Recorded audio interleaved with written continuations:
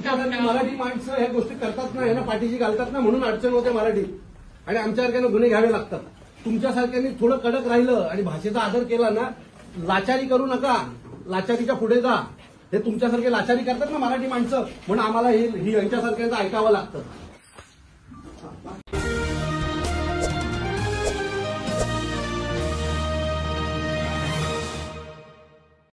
कावळा पण मराठी बोलतो, मग तुम्ही तर माणूस आहात, अशा ठाम शब्दात मनसे नेते अविनाश जाधव यांनी इंग्रजी शाळांमधील मराठी भाषेच्या उपेक्षेला जोरदार विरोध केला.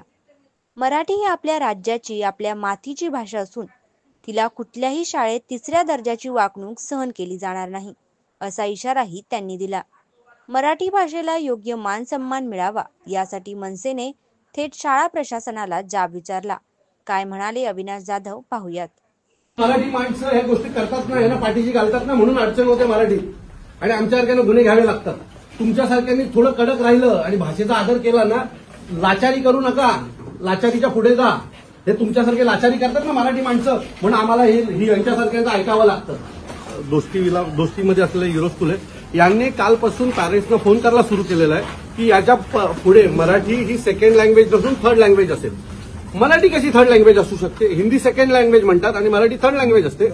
सो आता आम्हाला जे काही करायचं ते आम्ही केलंय. आम्ही त्यांना ताकीद दिली. त्यांनी आता मला प्रिन्सिपलनी शब्द दिलेला आहे की ते आता लगेच ताबडतोब एक मेसेज शाळेच्या सगळ्या ग्रुपवर टाकतील आणि मराठी ही खरी तर फर्स्ट लँग्वेज असली पाहिजे, पण मराठी ही कंपल्सरी असेल असं मेसेज आता ते सगळ्या ग्रुपवर टाकतात.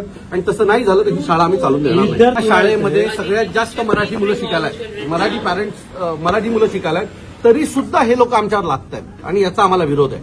आणि यांनी जर याच्यात काही बदल केला नाही तर यांना आम्ही धडा शिकवू. जे राजसाहेब जे म्हणतायत सतत, आमचा जो लढा आहे ना मराठीच्या बाबतीमध्ये, ही जी हिंदीची पुस्तकं आली हे प्रमोट करायचं काम चालतं. यांनी काय सांगितलं, सेकंड लँग्वेज हिंदी असेल. सो हे प्रमोशन चालू आहे ह्या सरकारकडनं आणि ते आम्ही होऊन देणार नाही. जोपर्यंत महाराष्ट्र नवनिर्माण सेनेचा प्रत्येक कार्यकर्ता जिवंत आहे तोपर्यंत हे असं आम्ही यांना लादून देणार नाही. ही खोटी लोक आहेत सगळी. ही आम्हाला फक्त आमच्या तोंडाला पानं पुसण्याचं काम केलेलं आहे. आम्हाला अभिजात भाषेचा दर्जा द्यायचा आणि एका बाजूला दुसऱ्या बाजूला कटकारस्थान करायचं. हे कशाला करताय सरकार? या महाराष्ट्राला जर मराठी आमची आई आहे तर तिचा अपमान रोज रोज का करताय तुम्ही? ना तुम्हाला जीआर करायचे काढा ना आणि सगळ्या शाळेला लादा ना. शिक्षण मंत्री कुठे कमी पडतं का जीआर लादायला? आता असं वाटतंय की सरकारपेक्षा शाळा मोठ्या आहेत का त्यांचा मनमानी कारभार आहे. जर याच्या बाबतीत सरकारने योग्य निर्णय घेतला नाही तर शाळेंना भोगावं लागेल एवढं नक्की. शाळेचा 2-2 लाख रुपये फीस घेतात हे लोक. बिझनेसच आहे आणि यात हे सगळे सरकारी अधिकारी आणि नेते मिक्स आहेत.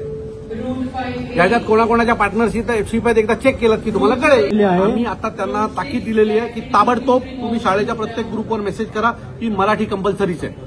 आणि जर आज संध्याकाळपर्यंत तसा मेसेज नाही आला तर उद्यापासून शाळा आम्ही चालून देणार नाही. एवढं त्यांना आवाहन करीन की अशी जर कुठे घटना, या शाळेतल्या पालकांनी आम्हाला कळवलं, आमच्या सुशांत डोंबेंकडे ती सगळे पॅरेंट्स आले होते, असं जर कुठे अजून तुम्हाला आढळलं तर आमच्या तिथल्या महाराष्ट्र सैनिकांना कळवा, तिथल्या मनसेच्या शाखेनं कळवा. आम्ही तुमच्यासोबत उभे राहू. हे शिक्षण मंत्री वगैरे हे सगळे धंदा करतात.